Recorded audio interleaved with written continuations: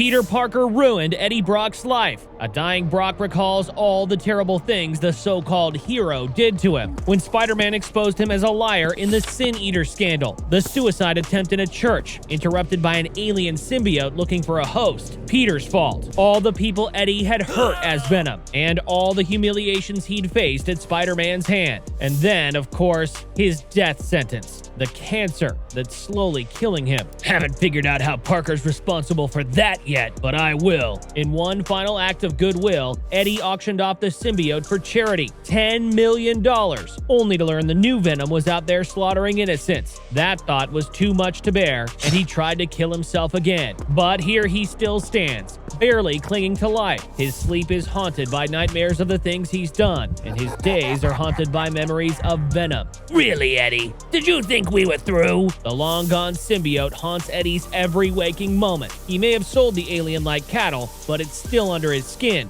and it always will be, just waiting for Eddie to die. But here he stands, still alive. Why? For what great design? And then he sees it. My name is Peter Parker, and I've been Spider-Man since I was 15 years old. Eddie's not privy to the ins and outs of the superhero Civil War, but Peter's unmasking was the biggest news event of the year. A few weeks later, Peter had flipped sides, back in black, wearing a mock version of his symbiote suit. On one of Eddie's walks through the hospital, he finally sees the part he plays in all of this. Aunt May dying in a hospital bed, shot by one of Spider-Man's enemies. Peter's family, here, delivered to Eddie on a silver platter. Eddie runs away, fleeing from temptation. Right beside him is the voice of the symbiote, reminding him that this is what they've been waiting for. In the hospital room, Mary Jane talks to May, unaware that she's part of the last temptation of Eddie Brock. All MJ cares about is May's recovery. That bullet was meant for Mary Jane. She's younger, stronger. She could have taken the bullet. And deep down, Peter knows that, right? He'd never say anything, but Mary Jane couldn't live if she knew she was responsible for May's death. Peter's handling things a little differently.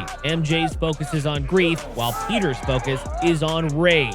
Donning his sleek black suit, he breaks up an attack of a young woman in an alleyway. Fast and efficient, he takes out the attackers, foregoing his usual banter. It takes less than a minute, but even that was too long. He's got places to be. Spidey shouts to the woman to call the police. Now, this is her first time being mugged and assaulted, but isn't he supposed to make sure she's okay? Offer her comfort? Are you all right? She is, thanks to her hero. The woman, in turn, asks if Spider-Man is all right. He seems different, jumpy, and worried. Before he can answer, he swings away, off into the night. Spider-Man has an appointment at a building on 43rd. For a second, he wonders if he'll have to bust a window to get in. But of course, the woman he's seeing left a window open for him, just like the last time. One of the advantages, I guess, of being clairvoyant. No such thing as an unexpected guest dropping in. Spider-Man walks into the chambers of Madam Web. She was ready for this. She even had a cup of tea prepared, calming herbal tea. Madam Web knows how strung out on hospital coffee he's been. Peter begins to explain his plight, but how much of this did the psychic Madam Web already know? Finally, he circles around to his big ask.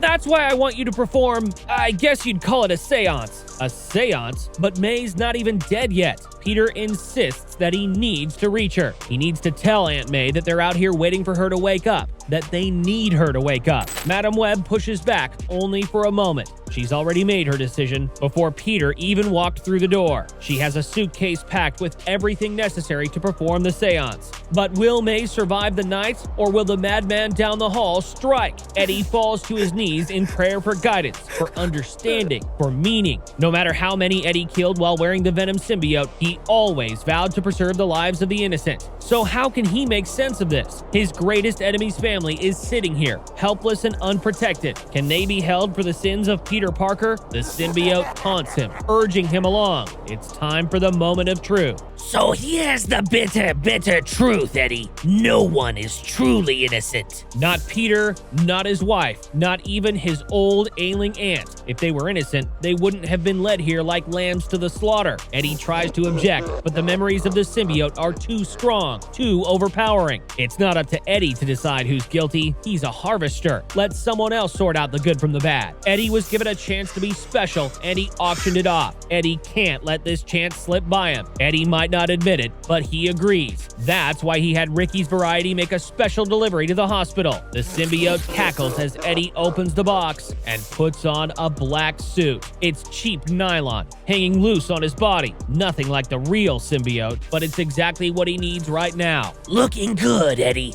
Looking real good. Brock climbs to the roof, staring down at the brightly lit city. Once upon a time, Eddie owned the night. The symbiote creeps back into his mind.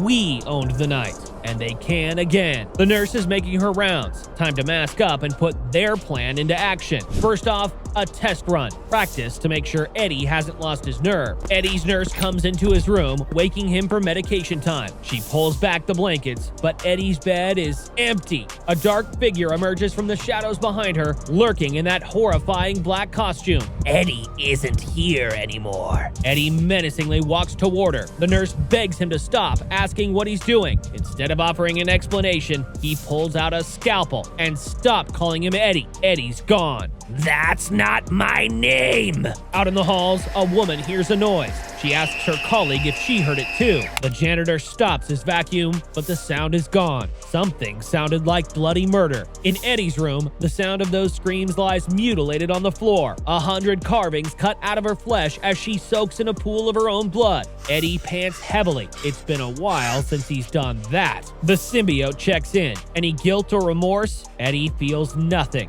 Good. The nurse deserved it, right? The way she'd wake him up in the middle of the night, the way she'd steal blood and accidentally always miss his veins, her condescending pity. Eddie's eyes widen in a psychotic rage. He's officially starting to lose it. Looks like Eddie's got his taste for killing back. But May Parker, does she deserve to die? Venom gets in Eddie's face. The woman who raised the man who's destroyed everything good in Eddie's life? Yes, May is guilty and deserves to die. Eddie relents. That's what I like to hear. Venom orders Eddie to clean up his mess. They've got to be quick. They might only have one shot at this. Only a few rooms down, the man responsible for everything terrible in Eddie's life talks to his comatose aunt. Peter doesn't know where to go, where to turn. The seance feels like his only option. Officially, he's a fugitive from the law. He's not even supposed to be here. And everyone else he's normally turned to, Tony Stark, Steve Rogers, they're dealing with their own problems right now. It's just like the old days. Peter grasping at straws. If May were awake, she'd turn down the seance. And Peter knows that. She tells him that she'd wake up when she's good and ready, but that's not going to happen. He doesn't think so. MJ doesn't think so. The doctors don't even think so. There's nothing else he can do. Felicia Hardy, Peter's old flame and the Black Cat, watches the door as Peter joins Mary Jane, MJ's Aunt Anna, and Madam Webb in a lounge beside the chapel. Madam Webb begins the seance. They imagine a current of energy passing through each other's hands. They concentrate on a personal memory when they felt closest to May. Peter doesn't always buy this type of thing,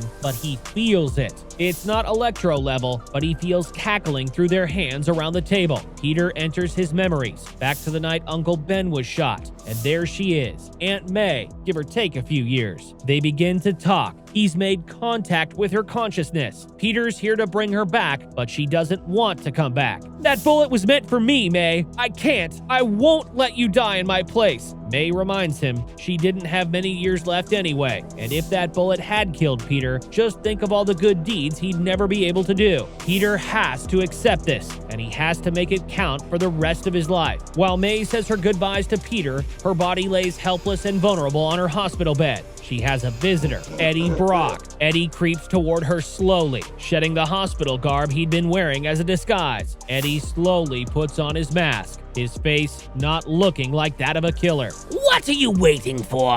At that same time, Peter's beginning to lose contact with May. She's walking away, headed toward the light. May tells him to grow old with his wife, just as she did with Ben. Have many children, and let them bring as much joy as he brought her. Peter screams at her to stop, but she continues her march into that light, into the great unknown. Why isn't she dead yet? Eddie squeezes his temple. He can't concentrate. Venom insists that he doesn't need to concentrate, just kill the old woman. Eddie argues with the memory of this evil, vile symbiote. He just needs time to think.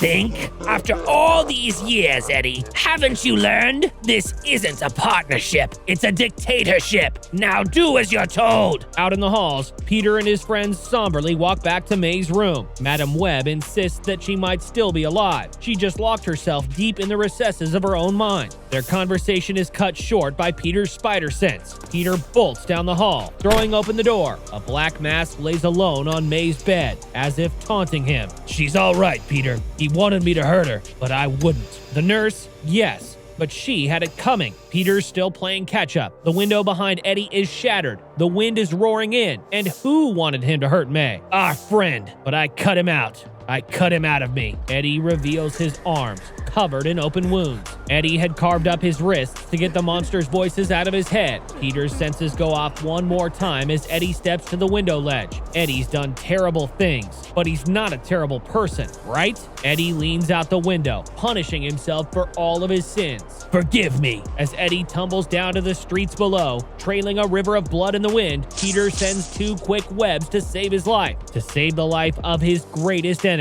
Everything goes black. Eddie jolts awake, bandages on his arms, and sitting in a hospital bed. Eddie hears a voice in the darkness, that sickening voice of pure evil. Oh yeah, I'm still here. I'm not going anywhere. Fine with me, now that we know who's in charge.